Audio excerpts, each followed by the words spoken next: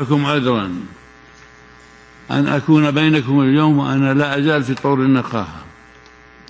إثر عملية جراحية كانت حالتي فيها أشبه بحال أمتنا.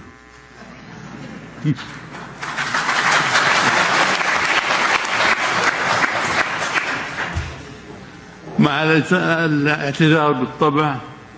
الأشقاء المعنى. مسلم منشئي واضح مبدئي ما بايع أمية صيح ما بايع